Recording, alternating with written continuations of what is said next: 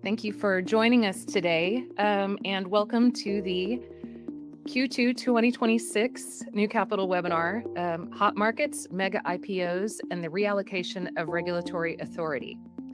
I'm going to get us started by reading our regulatory disclosures.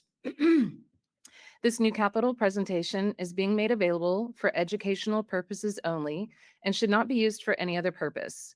The information presented does not constitute and should not be construed as an offering of advisory services or an offer to sell or solicitation to buy any securities, related financial instruments, financial services, or other services in any jurisdiction. Past investment performance is not an indication of future results. Wherever there is the potential for profit, there's also the possibility of loss. Certain information contained herein concerning economic trends and performance is based on or derived from information provided by independent third-party sources. New Capital believes that the sources from which such information have been obtained are reliable. However, we cannot guarantee the accuracy of such information and have not independently audited these sources. Okay, thank you. And we are going to get a bit of feedback from you. Obviously, we are in a little bit of a new environment. If you're familiar with joining our webinars, this might look a little different than you're used to. And I will kind of explain some of that in a moment. Right now, I'm going to launch our poll questions. So you should see those come up on your screen. And you can feel free to go ahead and start answering them as they appear. Okay, it looks like some people are able to get some in. So I'm going to keep going kind of with announcements and jump into that while you guys are answering, and then Leonard will review the results of the poll questions as he's getting started. So Leonard, if you want to join me now, Leonard and I are going to hit a couple of announcements together. So as I said, thank you for joining us. So obviously, if you've joined us on webinars before, this is a new environment. We have switched from Zoom to Demio, and Demio is a platform specifically for webinars. And there's a few things that should hopefully be an improvement. First of all, you might notice that the webinar is all browser based, so you didn't have to update or download any software, anything like that. It's all in your web browser. And also, it's from what we can tell, a lot cleaner interface and simpler view for everyone. So hopefully that's a good transition for you. And we did want to kind of give you a quick little orientation around the room. It's pretty straightforward, but down at the bottom of your screen, there's two icons. The chat bubble icon will open and close your chat window. Anything you want to talk to us about during the webinar, Leonard and I can both see those. If you've got questions about the presentation, you can go ahead and type them into there, and then we will address any questions at the end of the presentation. And then also, we did want to kind of give you a quick note is that we've noticed that the slides, if you would like to see your slides larger, it's probably a good idea to close your chat screen during the presentation. And you can do that by clicking on the chat bubbles at the bottom, and that's just an open close kind of toggle. So if you close it and then you want to open it back up, you just click it again and it should pop back up for you. And then also, if you guys are joining us, if anyone's joining us on mobile, definitely on the screen size, you're going to be able to see the software, or the slides better if you're on a desktop or laptop. If you are on mobile and would like to leave and rejoin us on a desktop or laptop, the link in your email should work both again. So if you want to rejoin, that's fine too. And then on the next item, also, if any questions come up about the software during the presentation, feel free to chat, and I will try to answer or see if there's anything we can do to be of assistance on that. And then the next item here is the Q2 2026 performance reports are now available on NCM 360. They were released last week. If you have not gotten a chance to see them, definitely get logged into NCM 360 and let us know if there are any questions or problems. And if you're not yet on NCM 360, this is a good reason to get on. Definitely reach out to me or Casey or anyone in our office to get you logged in and accessing your data there. So, and then Leonard, if you want to jump in on that. Good afternoon, everybody. It's really good to be with you. I hope you're enjoying the summer. It's really been a a really, really nice summer to be in Houston with all the rain and clouds and cooler temperatures. Really been enjoyable. We have just been at home, and that's rare and a wonderful privilege to just be at home, right? Everyone, sometimes that's just the best that you can do in life. Both my kids are here for the summer, and that's wonderful. Both have summer jobs, which is really wonderful. And so things are going well. I'll show you a few photos from how my summer's going. A couple of more announcements here. We have added Virtru Secure email, and our clients are using it, I would say, very effectively. This is giving us an added layer of security because honestly, we just don't trust email on its own. There are all kinds of security problems with it. We have clients who regularly have security breaches, cybersecurity breaches in their email. And so I just want to take this opportunity to encourage you to do two things with your email. First, to change your password if you haven't done it in a long time. And second, put multi-factor authentication on your email. All the major email providers, Gmail and Microsoft and so on, will have multi-factor authentication. I'm sure all of you are using and being asked to use and exposed to multi-factor authentication in all kinds of software that you're using. Email should be no exception. And so let me just say, if you have not changed your email password in a while and you do not have multi-factor authentication, again, please do that today, not tomorrow, today. All right. Our annual conference, our, I don't know, 12th or something like that. What is it, Catherine? What number? 12th? I 13th? think so. 10 was 2 years ago, so I think that's 12. Something like that will be held on Wednesday, October the 28th. Wednesday? We picked Wednesday, huh? I think we did. I was surprised too when I saw that today, but yes, we picked, I think we did a Wednesday last year as well. All And right. hopefully that's a good time for everyone. All right, everybody. So it's Wednesday, October 28th. If we haven't sent out invites yet, so please just maybe mark it on your calendar. And we have been doing that conference from 10 until roughly 2. So hopefully we'll see all of you there, and you would put 10 to 2 on your calendar as a place to hold it. Now Invitations. the poll results. What is your view of the stock market's current valuation? Most of you are neutral on it. 7 out of the 17, now 9. So some people are, if you want to answer, go ahead. It looks like you can continue to answer while I'm going through it. So if you haven't answered it, you can answer number 1, what is your view of the stock market's current valuation? And those answers, I guess, will continue to change over the course of the webinar today. So that's a nice feature. A couple of you say very expensive. 6 of you say expensive. Only 2 say not expensive, and none of you think it's cheap. And what I would just say is that Warren Buffett gave an interview to Fortune magazine the other day, and he himself says it's difficult for him to find any values in the market right now. One reason why Berkshire Hathaway, which is something that we hold for you in your portfolio, has $400 billion in cash in their treasury that he's really not able to put to work in investments. Number 2, do U.S. laws and regulations adequately prevent market manipulation? 2 say yes, 6 say maybe, 10 of you say no.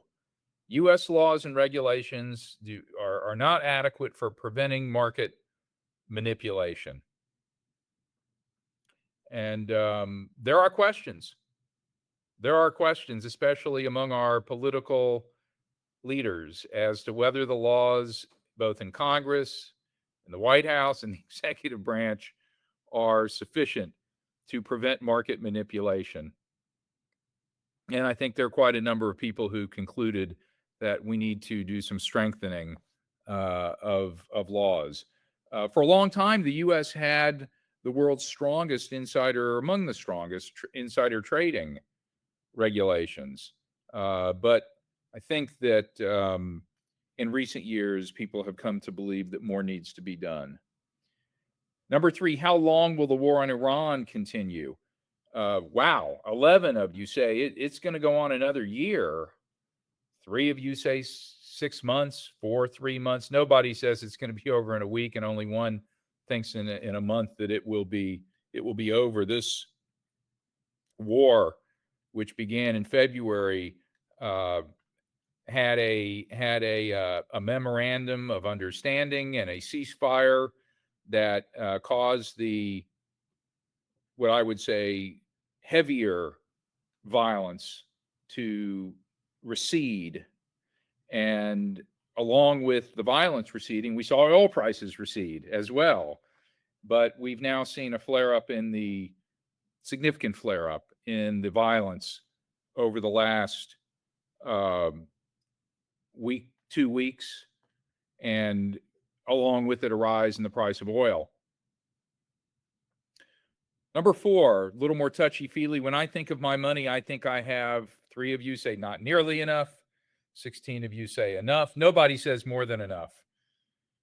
Very, very common that very, very rarely do people think they have more than enough money. And then the one that we asked, my favorite type of thing to spend money on, number 5, and then we asked again.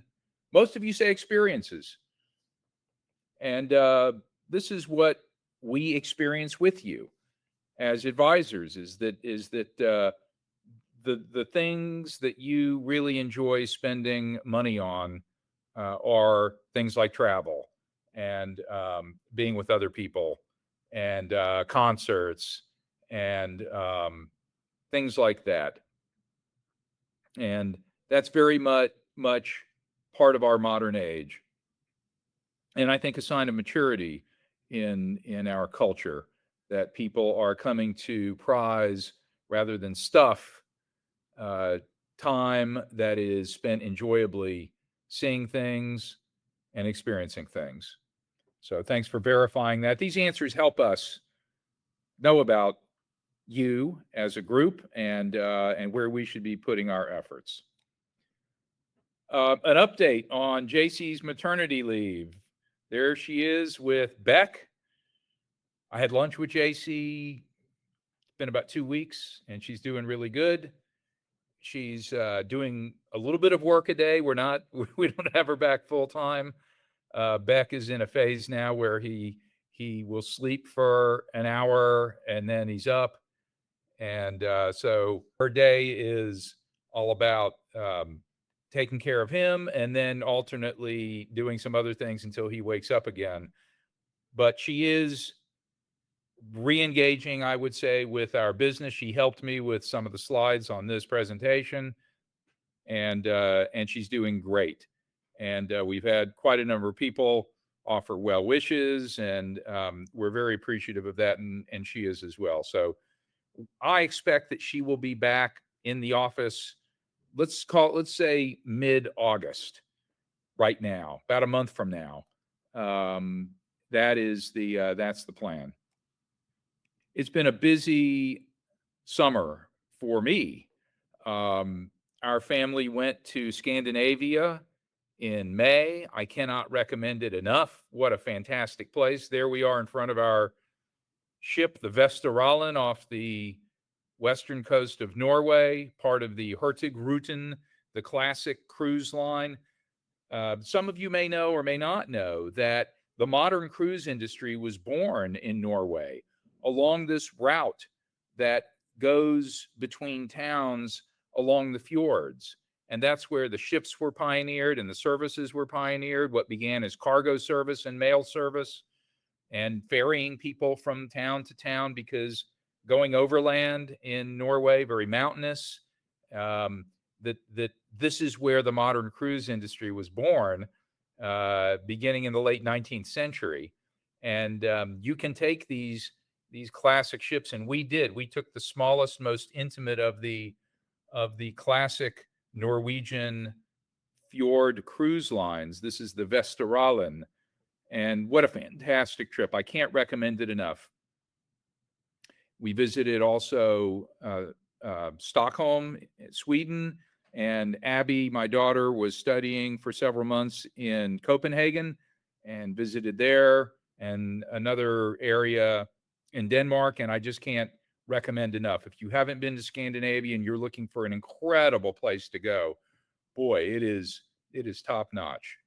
August and I are now the proud owners of a couple of Kawasaki motorcycles that we ride out in the countryside, not in the city, not in Houston. That was the agreement. And we've really been having a lot of fun with these. Tremendous way to see the countryside. And we've been enjoying ourselves. We took the safety class twice. We have all the safety gear.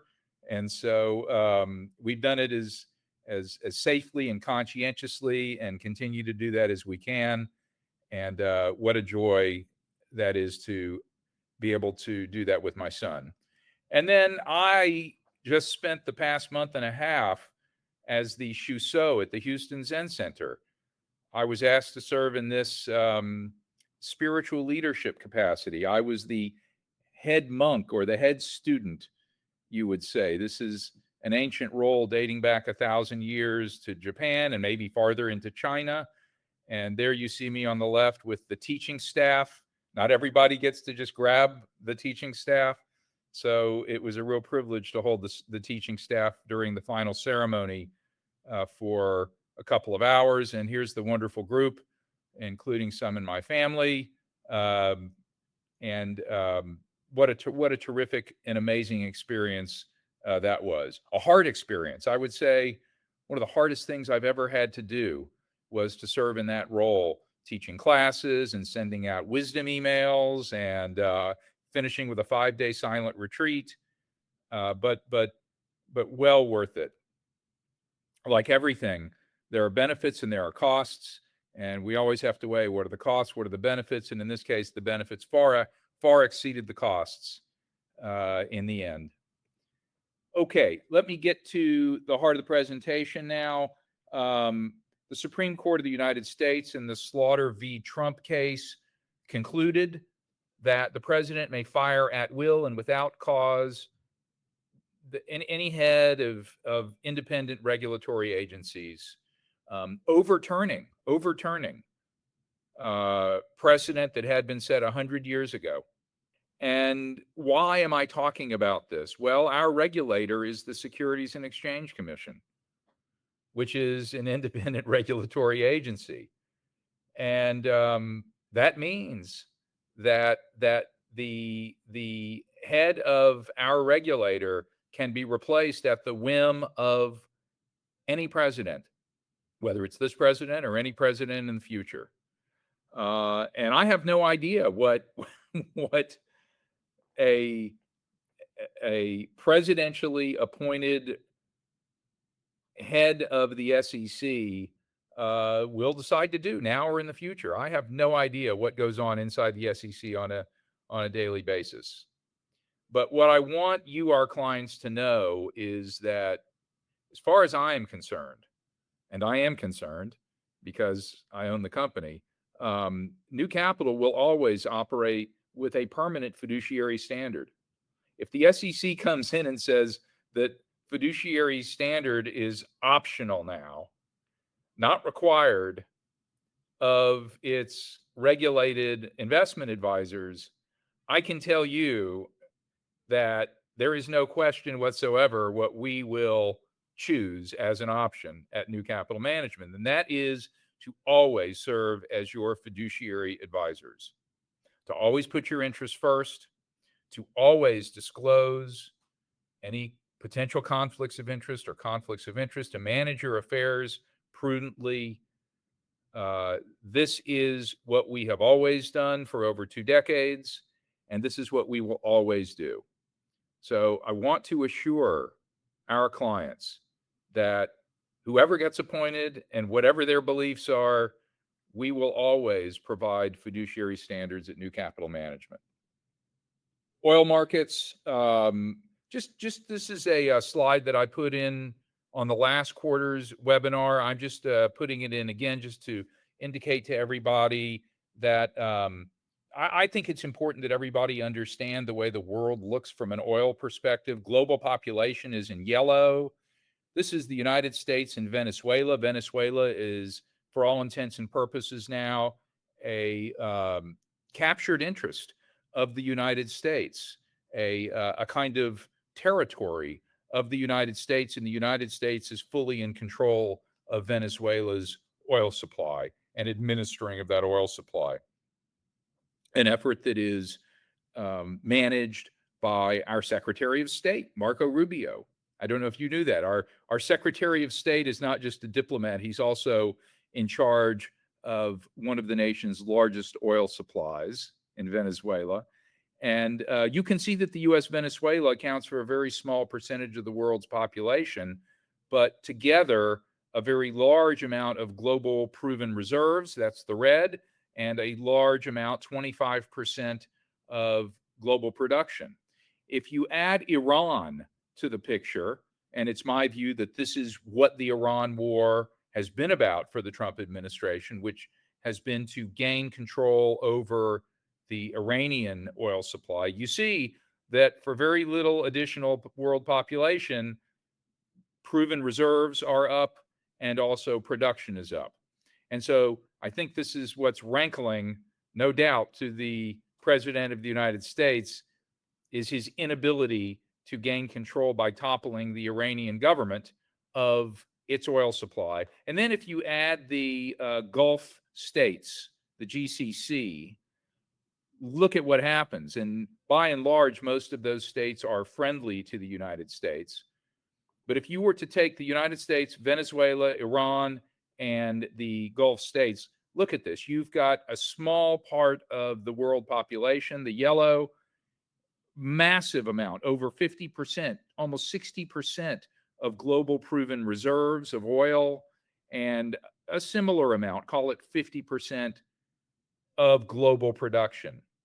And that, as we can see on this next page, 60% is the technical threshold for market dominance. It's what we would call cornering the market. And so this, I think, has been the goal, to corner the market for oil. And if you can corner the market for oil, then you can dictate what the price of oil will be. And I think that's what the mission, and what has stood in the way of it has been the Iranian government refusing to capitulate, and the war continuing to go on. Look at China. China, huge amount of the world's population, almost 25% of the world's population, but very small amount of proven reserves and oil production. They have some, but not very much at all. And so undoubtedly, this war is going to cause China to change.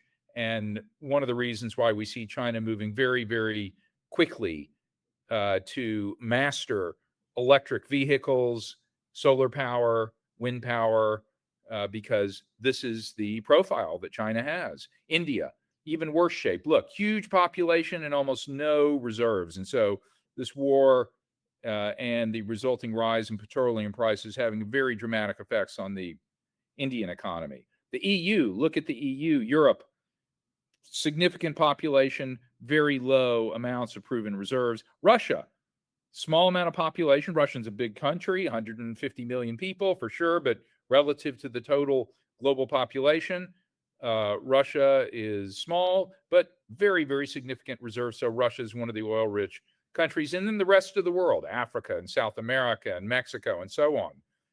Large amount of population, obviously, but also some reserves.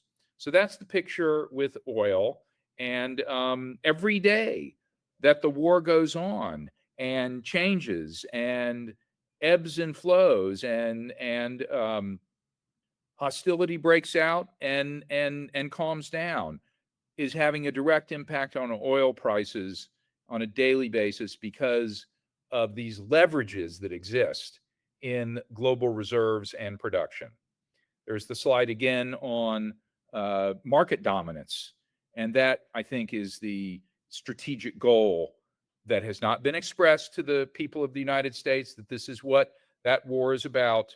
But we don't hear a lot of what I would call direct talk from the administration about what its motives are. But I think that's what the motives are in this particular case.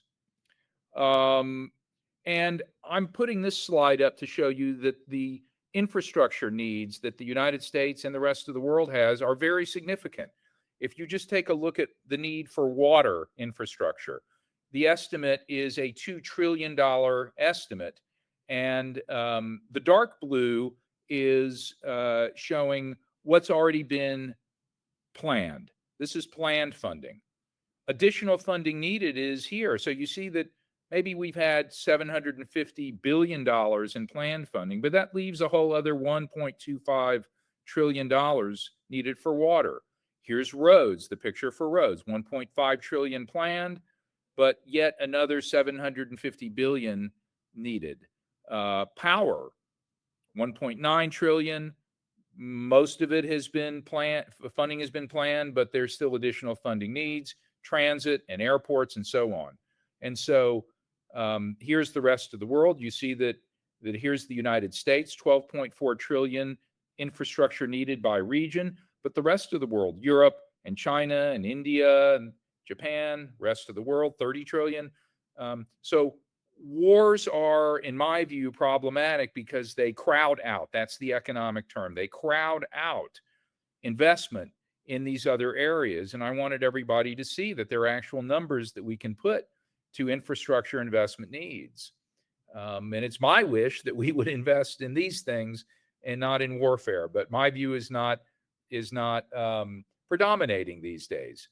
I think one day that it will, but it's not. At least everybody right now on this call can see that the needs are real and the needs are quantifiable. Let's take a look at AI for a couple of slides. This is showing you AI related industry performance, and everybody can see this is the return of on the stocks, and you see that they've been incredibly high, but they've been declining, right? I mean, the gains are still large, but in 2023, I mean, we were seeing incredible gains in semiconductors and in software and in hyperscalers. But you see that over time, as AI has rolled out, the gains have been diminishing. Although where does that leave us? As a percent of the S&P 500, if you take the hyperscalers, Amazon and Google and Microsoft and now SpaceX, those companies that are building the huge data centers, and you take the semiconductor companies, whether that's NVIDIA or Micron making memory, hardware, that's Dell and Hewlett-Packard. Power companies now are considered to be AI-related industries, and software, 51.5% of the S&P 500. Half of the S&P 500 could be construed as being AI-related industries. So when people say, "Oh, I'm buying the S&P 500, but I'm not, I don't own AI." Yeah, you do. Half of the index is considered to be AI related. This is a technological epic event that is touching all industries, especially those that are related to it. So I just want everybody to be aware of that. Hyperscaler investment. I've shown this slide before. I update it for you so that you can see that the estimates continue to be very high for ongoing investment. In 2026, we expect the hyperscalers to invest $758 billion. And this is Alphabet, Amazon, Meta, Microsoft, and Oracle. $925 billion, almost $1 trillion next year. And then the year after that, $986 billion. And you can see on this slide on the right, the companies that previously have had very, very high free cash flow. Look at that, 30%, 25% free cash flow, meaning after they paid all their expenses and made their capital expenditures out of their revenues, they had 25%, 30% left over in free cash that they could acquire other companies or buy back stock or make dividend distributions. And look what has happened to the free cash flow estimates for some of our most prodigiously cash flowing companies. It's fallen, right? Look at that. It has fallen, and their capital expenditures have gone up. Now, on the one hand, we could say, and the market does say on some days, this is great. They have a place to invest the money that's going to be invested at a high rate of return. We think they're going to get paid for all these investments that they're making in AI. And then there are other days when the market says something else. We've got doubts that all this money that they're putting into this capital expenditures, data centers, is going to be able to pay off. And now we have incredible competition. And every day we get new news that the Chinese are heavily, heavily engaged in the battle for AI and can make their models available to us. You can put DeepSeek app on your phone, and you're then using Chinese AI. And you may say, well, I'll never do that. But if the price is right and US AI subscriptions get to be too much, you might. And so we will see. I was at a luncheon yesterday put on by Blackstone. Blackstone is a private equity company. Maybe many of you have heard of Blackstone. And what they were saying is that they are now heavily involved in the building of data centers because they have a very strong real estate arm at Blackstone. They've also made investments in the equity of the AI software companies like Anthropic and OpenAI. But where they're really, really active is in the real estate area. And this is very controversial. I know many communities are saying, we don't want those things in here. And I get it. I understand that. Blackstone's one of the companies that is helping finance the build out of AI. And young man was talking who's one of their investment gurus there. And he said, some days, he said, what's unique about this for Blackstone is in the old days when they did a private equity transaction and they took a company private that was a cookie company or a company making widgets, they pretty much knew what the returns were going to be. They knew what the investment was going to be. But in this new area of AI, they don't have nearly as much visibility about what's ahead in the future. And I just thought that was very, very interesting for a company that historically has been so rigorous about calculating ahead of time what its returns were going to look like, for them to basically admit, we don't totally know exactly what that's going to look like. AI implementation. This on the left is showing you how rapidly the models are improving. Look at this, going from Claude Opus to Claude Opus 4.6 and Gemini 3 Pro and Gemini 3.1. And Google made an announcement yesterday that their 3.5 may be delayed, and the stock is down 5% as a result. Here is the Claude Mythos preview. You may have seen there was controversy about Mythos, which is apparently going to be some super generative AI. It already is, and there's been conflict between Anthropic, the maker of Claude, and the Trump administration about this particular version. But look what a leap it is in its technological capabilities. This is total length for humans of processing that an AI agent can autonomously do. This AI agent, this Mythos agent, can work for 3 hours autonomously, and almost doubling what the existing models can do. And then over on the right, you can see this is the penetration of AI into businesses and what types of businesses. 42% in information technology and 38%. This continues to grow by the month.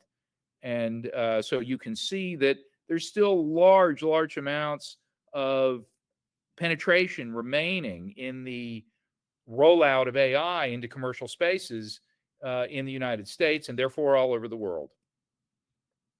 I'll talk a little bit about IPOs. Some of you may know that SpaceX went public, and we helped a couple of clients who had expressed some interest to get some of those shares. This is an interesting chart showing that over time since 1991, the number of listed companies on the stock exchange has kind of fallen. Look at that. From a peak of around 1997, and it fell. We've had a little bit of an uptick in 2021, but by and large, the number of publicly traded companies in the United States peaked at 8,000, and we're somewhere around 5,000 now. But the market cap of the companies has gone up, right? The companies are worth more. And so that means that the stock market has become more concentrated, and we don't have as many companies going public. Why? Well, a lot of companies stay private longer, and we have this robust private equity part of the investment market. And as a result, companies stay private longer.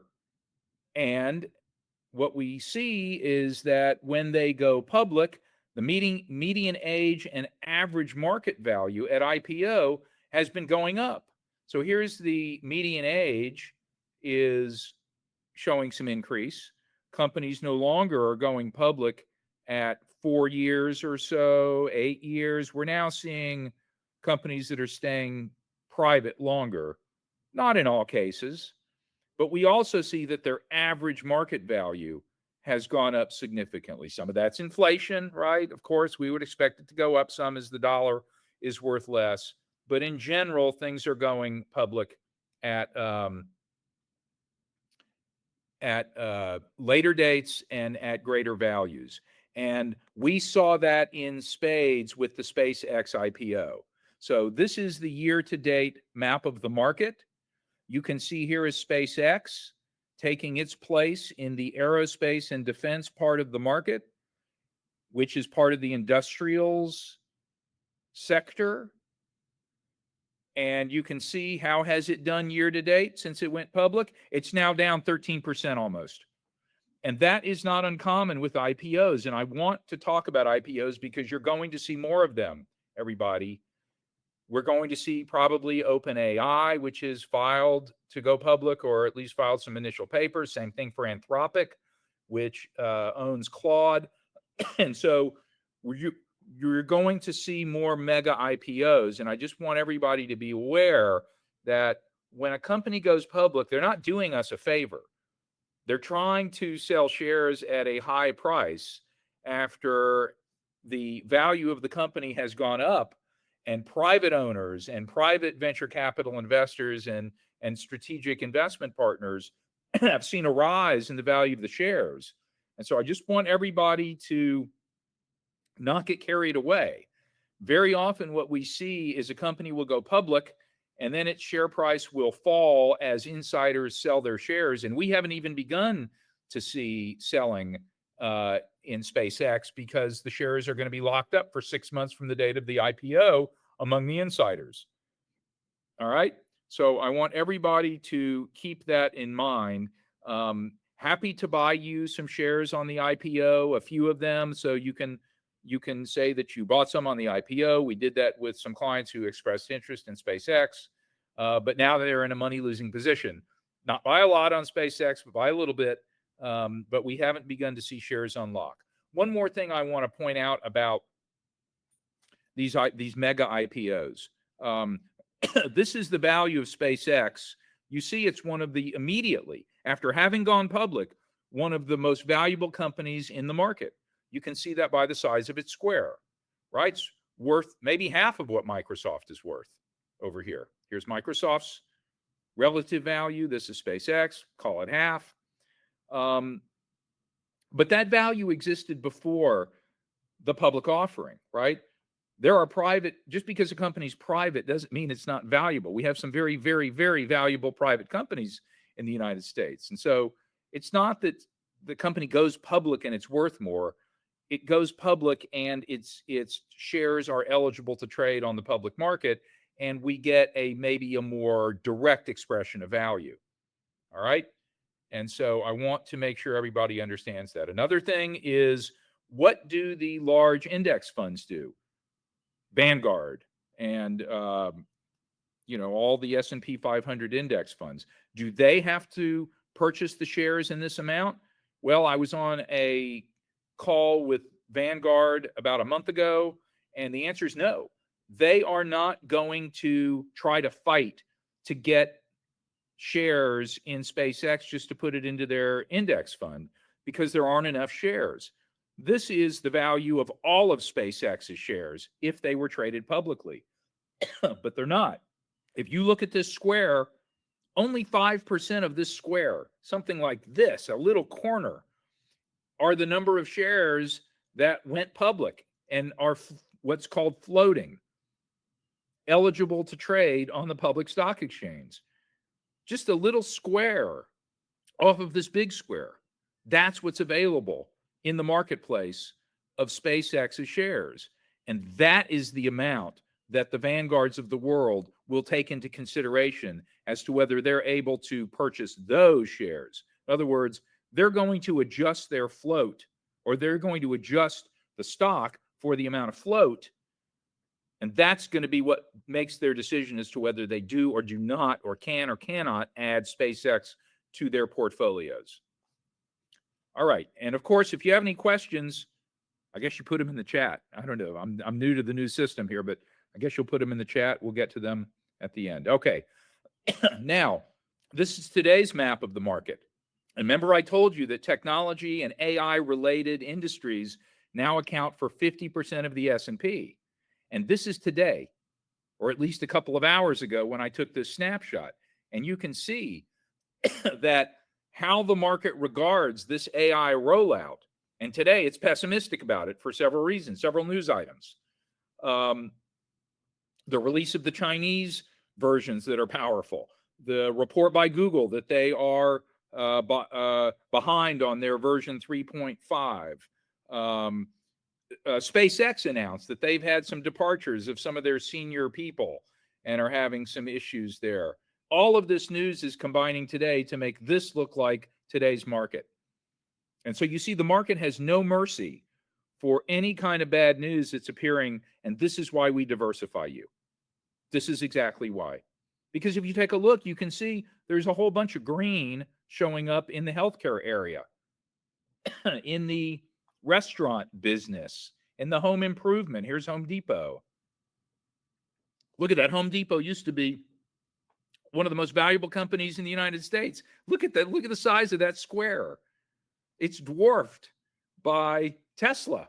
It's dwarfed by NVIDIA, Apple, on and on. Strong day in the utilities sector, strong day in the energy sector. But let me take this opportunity to talk about the energy sector.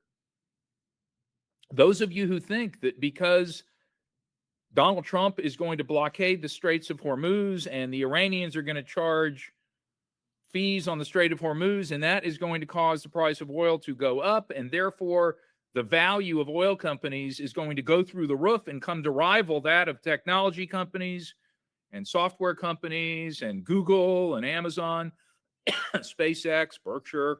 It's not so. Look, the market knows all about what's going on in the Persian Gulf, I assure you. And look, this is Exxon.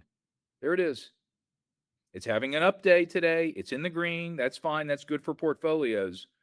But if you look at the size of the oil and gas integrated sector, it could fit into Google 3 or 4 times. In other words, Google alone has become worth the valuation 4 times as valuable as the entire oil and gas integrated sector on its own. Why? Because the market sees a brighter future for the profitability of Google than it does for the oil and gas integrated companies. And then finally, here's SpaceX. There you see it went public. The offering price was $135. If you got the IPO price, you got $135. When it began trading, after all the market makers at the trading desk sorted things out, $160 is where it debuted. It popped up to $200. And where are we now? Back to $124, below the $135 offering price. Again, I want everybody to just take that into account when we hear about the IPOs. They're not giving us shares out of the goodness of their hearts in the mega IPOs that we saw take place with SpaceX and that we're going to continue to see. I'm going to skip this slide. We'll go into our models now. So where are we? This is Q2. And you can see these are our four main models: our global core model, our global market model, our US core model, and our US market model. And you can see that for the Q2 period, the US market performance, this is model 10, which is 100% stocks. Model 0 is no stocks at all. It's all bonds. Somewhere in the middle is model 5, right? Right in the middle is model 5. But you can see the green peeking out a little bit more. And this tells us immediately that the US market in Q2 was the strongest performer. 15% return. Now, was that strong? Yes. It was the strongest performance for the stock market in 6 years. Strongest quarterly performance for the US stock market in 6 years. And look, the other portfolios, it's not like they're shabby. 11% on the global core and 12% on the global market and 14% on the US core, right? 5% on the quarter for Model 3, which is a 30% stock. So you could get a 5% quarterly performance out of a 30% stock portfolio in the second quarter. The point here is we have to be careful. I know there's lots of bad news in the world. I know there's lots of concern. I acknowledge it. Everyone who knows me knows that I am concerned about bigger issues. The investments we make for you are meant to last your lifetimes. We can't just decide the upcoming quarter is going to be a bad one. And the first quarter, there wasn't much to write home about, although we outperformed in the first quarter. The U.S. market lost money in the first quarter. We made a little. But we're making these investments for you for life. And you can see why if you just decide, I don't like it, then you may miss 15% or 10% or 11%. This is year to date. The picture changes a bit. Take a look. Year to date, suddenly the yellow portfolio, the US core, is now above the others. And the global core, which is what most of you have, is in second place. The US market is close, but it's a little bit under, and the global market's a little bit under. All these are roughly in the same neighborhood. I wouldn't get too concerned about, is it this one or that one? The bigger issue is, are you in Model 5 or Model 10? But you can see that the leadership can change quickly. Why is the US core portfolio leading year to date? Because there's a very strong performance in small company stocks that is going on right now in the United States, and I'll show that to you in a few slides.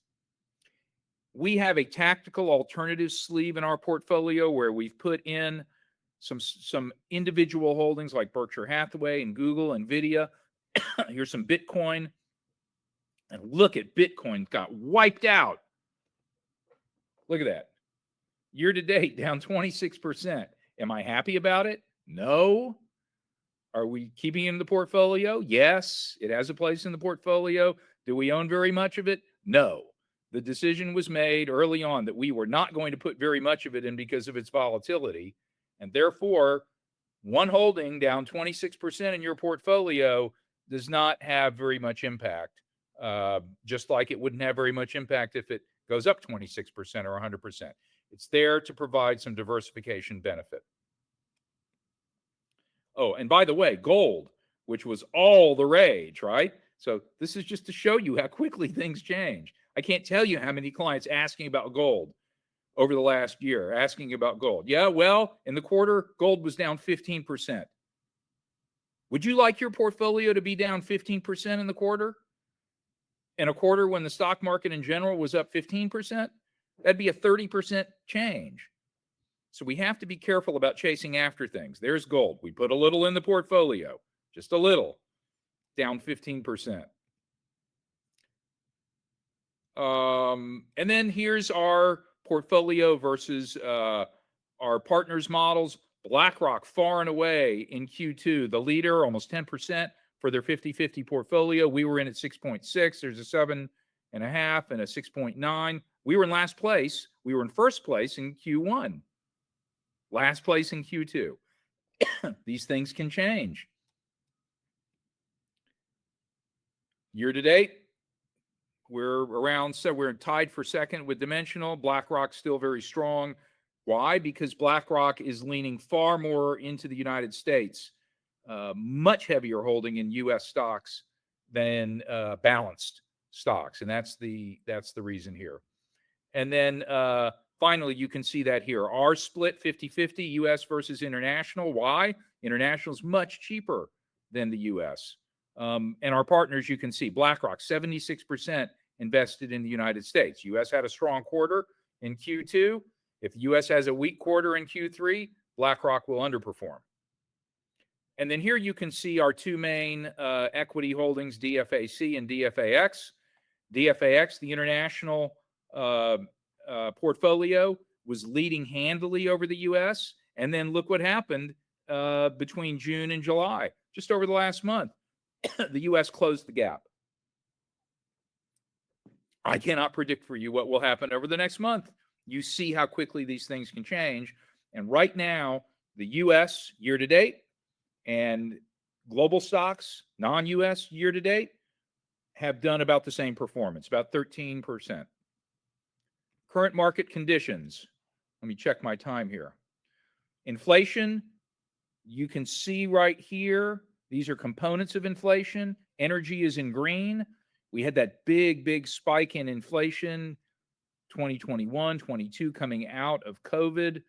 And you see we're getting a bit of a spike coming up in inflation here, driven most recently by the readings in energy, which is the green bars. And you see we're up around 3.5% in inflation. We're also being driven by the light blue, which has been persistent over this whole several years in the rearview mirror. Dining, recreation, and other services. Inflation in that area has been relentless. And it has also been relentless in shelter. So you see these three components are now rearing their head again. Dining, recreation, and other services inflation, and shelter. So if you want to get a hold of cost increases, right, then you need to live in a tent and stay out of the restaurants. And now you need to cut back on your energy use because we're getting some inflation on there. Drive less. So this is where the inflation picture is. It's not horrible, 3.5%. It's not 9.1% that we saw peak in January of 2022, but it's not 2% either. It's not these low readings that we had prior to COVID. Tariffs. This was Liberation Day, April 8th of 2025. We were going to see 30% tariffs.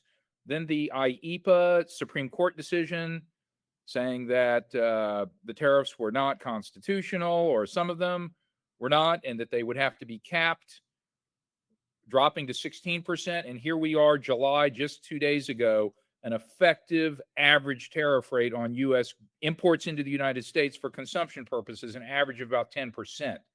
And so that people have forgotten about is still there, but it has muted over what it was before. Federal finances, here's our deficit, very big, $1.8 trillion in deficit. That's the amount the government has to borrow to meet all of our spending. And you can see here's non-defense discretionary, defense spending, $885 billion. The most recent request from the Trump administration is to double this defense spending, double it to $1.6 trillion. Medicaid, Medicare, Social Security, and then net interest. This is the interest that we have to pay on this debt. That debt is now $30 trillion, $35 trillion or so, and has reached 120% of our GDP. You can see that right here. Treasury yield curve. This is the current yield curve in the treasuries. This is finally, after many years, what I would call a normal yield curve, where the longer out you go, the more you get paid on the treasury bond. 30 years, 5.1%, 20 years, 5.1%. I don't know why someone would buy a 30-year over a 20-year if it's going to pay the same, unless you think rates are going to fall. And then you can see here at the short end of the curve, 3.8% for 3 months, 4%, 1 year. But the curve is upward sloping. And that's the normal state of the Treasury yield curve. And so that is how things have resolved there. The S&P 500, here we are. You can see that it's been a long climb up from 2008 and the great financial crisis with a few dips down below. We stand right here right now on the S&P 500, trading at 20.4 times earnings. Why would it be at 20.4 times earnings versus 2022 at 21.4 on earnings? How could the multiplier be less? And the answer is because U.S. companies have been insanely profitable. Very, very profitable. And so you as shareholders have gotten the benefit of that. And why we've had a bull market, because companies have been very, very profitable. But you see that the market is at elevated levels. On a valuation basis, here we are. This is the average price to earnings ratio, 17.2 times earnings. One standard deviation is 20.5 times earnings, and that's about where we are. One standard deviation. Has it reached the same higher levels that we saw very recently, 2025 or back in 2021 and even 2000 during the tech bubble? Really, really elevated here. No, but we're not in this very, very low level of valuation. I asked here in the polls, are things expensive? Is the stock market valuation expensive or cheap? And nobody said cheap. And you're right. It's demonstrably not cheap. I would say it's on the expensive side. 7 of you thought so. 9 of you were neutral. It's somewhere on the expensive side, but we have you globally diversified as well. And I'll show you that international stocks are not nearly as expensive. I'm going to skip that. This is a good slide to just talk a little bit about. And I know we're right at 1 o'clock and I want to wrap up here to get to questions. Returns and valuations by style. What I want to show you is right here. This is year-to-date results. And what you can see is that large company growth, large companies that are growth companies, year-to-date, 4.8%. The big tech companies year-to-date, when you put them all together, have actually not done that well this year. Look at that, 4.8%. Large value companies, driven a lot by oil companies, up 18.5%. And look at small companies and medium-sized companies. Look at medium-sized companies, 18, 14, much less on the growth side. But medium value companies, medium blend companies, 18 and 14% year to date. And small companies across the board. Small value companies, 23%. Small blend companies, 20.7%. And small growth companies, 18.6%. And this is why we diversify you. This is why we have you in a portfolio that also includes small companies, because I can't tell you when small companies are going to outperform, but I can tell you that here in 2026, year to date, small companies have way outperformed, and you have reaped the benefit of that. Consumer sentiment in the stock market. I show this one regularly. Here we are way down in the pits on consumer sentiment. But I always emphasize to you, that doesn't mean that because things feel lousy to most consumers, that the stock market is going to be bad. In fact, quite often, when we get sentiment troughs, we get a good stock market in the months after the trough in sentiment. And vice versa. When people are really happy as consumers and things are peachy, we actually get a much more muted stock market. And so here we are, and we have, in fact, had low consumer sentiment and a strong stock market in Q2. Global equity market valuations. You can see the U.S. right here. This is the valuation, 20 times earnings. I've already talked about that number in the slide just a few slides ago. You can see, looking at Japan, looking at Europe, looking at other non-US, looking at emerging markets, that they are valued substantially lower than the United States. And that is why we have you diversified globally and internationally. If we get a big tech sell-off, if we get a reversal in the US market from the type of quarter that we've had in the second quarter, go, all tech, everything up, you will be diversified and holding less expensive securities, better value in other parts of the world. I can't tell you that that's going to prevent any loss in the portfolio. What I can tell you is that I think the diversification will have some benefits toward keeping those losses to a minimum. Global equity market concentration, another reason that we diversify you. This is the US. These are the largest companies: NVIDIA, Apple, Microsoft, Broadcom, Micron, Alphabet, Meta, Amazon, Tesla, Eli Lilly. And these are the largest companies in the emerging markets: Taiwan Semiconductor, Samsung, and SK Hynix. You may have seen some news stories about the performance of these companies in Korea and Taiwan. The run-up in their share values has been enormous because there's a shortage in memory, because memory chips are needed in AI. You have the processor, just like they're needed in a phone, and just like they're needed in a computer, they're needed in AI servers. There's a processor and there's some storage, but there's also the need for memory, and there's a memory shortage going on. And so the value of those companies, well, they're in your portfolio. You own TSMC, you own Samsung, you own SK Hynix. Don't worry, you're not missing out. Our portfolio is including you in those. Here is the top companies in Europe. This is ASML, a semiconductor company, Schneider Electric, SAP, which is a software company, and so on. And here's Japan, Tokyo Electron, and Toyota, and Sony Group, and so on. So your portfolio holds these, and when we get a quarter like we've had, where these companies in Korea and in Taiwan go through the roof, you're participating. And this shows you what's happened. Look what's happened since 2025, the middle of 2025, a year ago.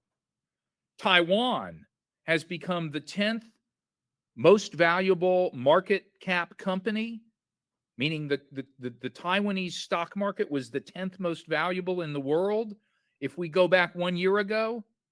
Now, 1 year later, it's the third, because of the chip shortage and the rise of TSMC, that company. And then similarly, you can see Korea, if we go back to the beginning of this year. When the year started, Korea was also way down here, 10th place and below. And it now, 6 months later, because of the rise in the value of Samsung and SK Hynix, is now the 6th most valuable country market. So I can't tell you where things are going to go, right? All I can tell you is that you see the reason why we give you this diversified portfolio. You are not missing out. When you read the headlines, SK Hynix stock going through the roof, you own it. And that's it. Ready to take questions? Okay, great. So, yep, any questions that you guys have, feel free to type in the chat and we will address them. First came in earlier in the presentation, but why was Q2 performance so good? Q2 performance, why was it so good? We continue to see enormous amounts of investment going into AI. And the AI industry is having to, in many ways, kind of figure it out as they go along. They're having to figure out how do they charge, and what's the charge going to be. And I'm sure everybody who's subscribing to AI, whether it's ChatGPT or Claude, you're paying your $20 a month or something. And this industry is being born in many ways before our eyes. And so what we had in the second quarter was a quarter where those things were resolving satisfactorily for the market. The market in the second quarter determined that these enormous investments and the companies that now represent 50% of the S&P 500, that the investments are going to pay off, and that the share values are going to be worth it, and that we also continue to see corporate profitability very, very strong.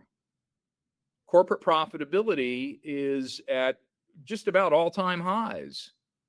And if companies are profitable, and if business models are being worked out in a way that is going to result in profitability and investments paying off, the market's going to like it a lot.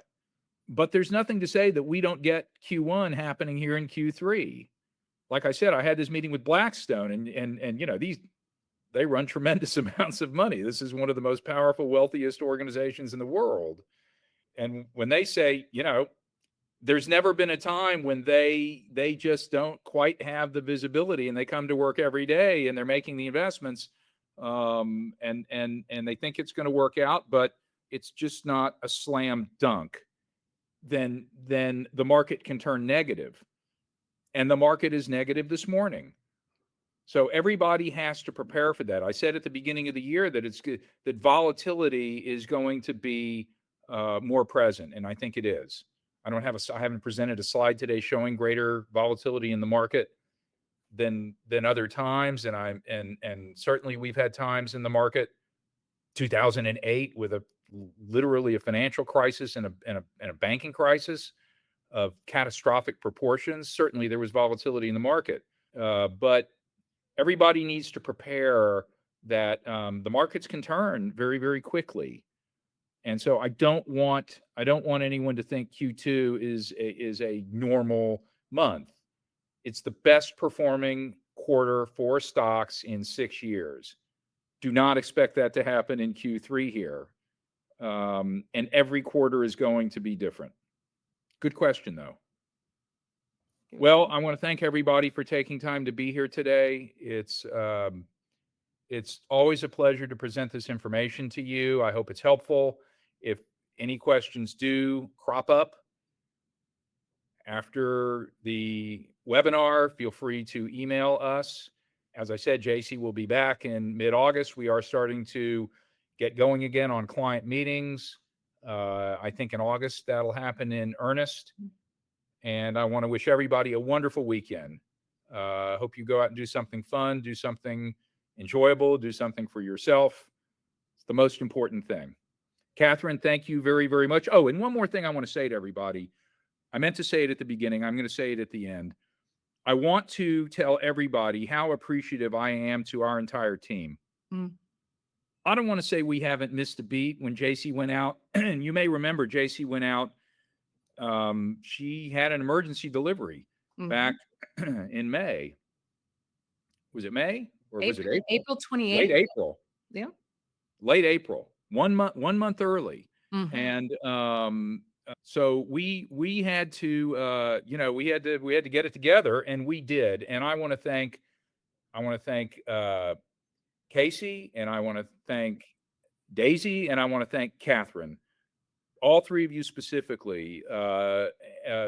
We've had a team of 4 working since JC went out, and I'm not going to say we haven't missed a beat, but very, very little. It's been a very, very effective time, and I want to thank all of you for your help, Catherine, and including for today's webinar. My pleasure. Using new software, which will.